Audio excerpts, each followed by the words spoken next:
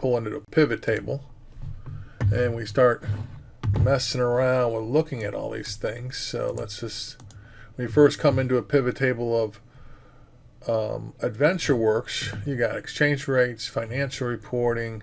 That's going to go internet orders, internet sales, sales targets, values, KPIs. When you look at this, it's just a lot of stuff, a lot of good stuff, but a lot of stuff. This is also common in business where your users don't need to see the whole cube. You have this giant cube with all these different things, which is just a marvel.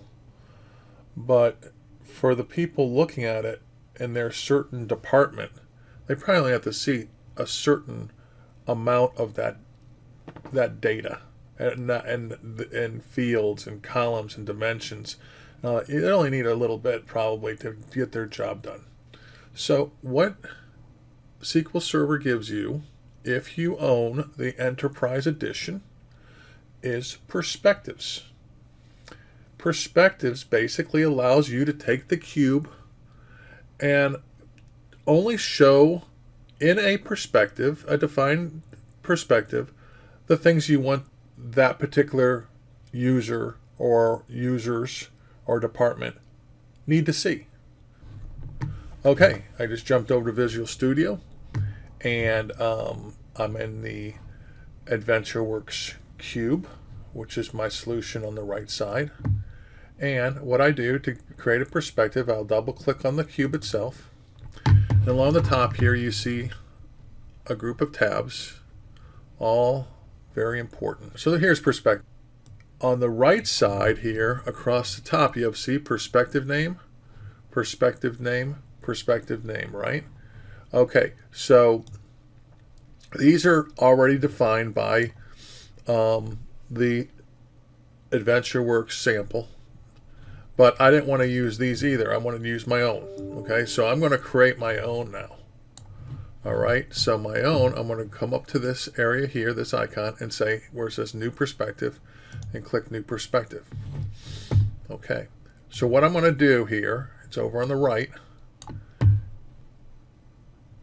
It has no name on it. It says Perspective. So I'm just going to call this Greg's Perspective. Okay, and I want to see category. And I want to see subcategory.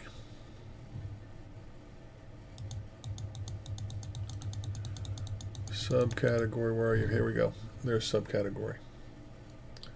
Okay, that's it for my perspective. So those are the things I want to see.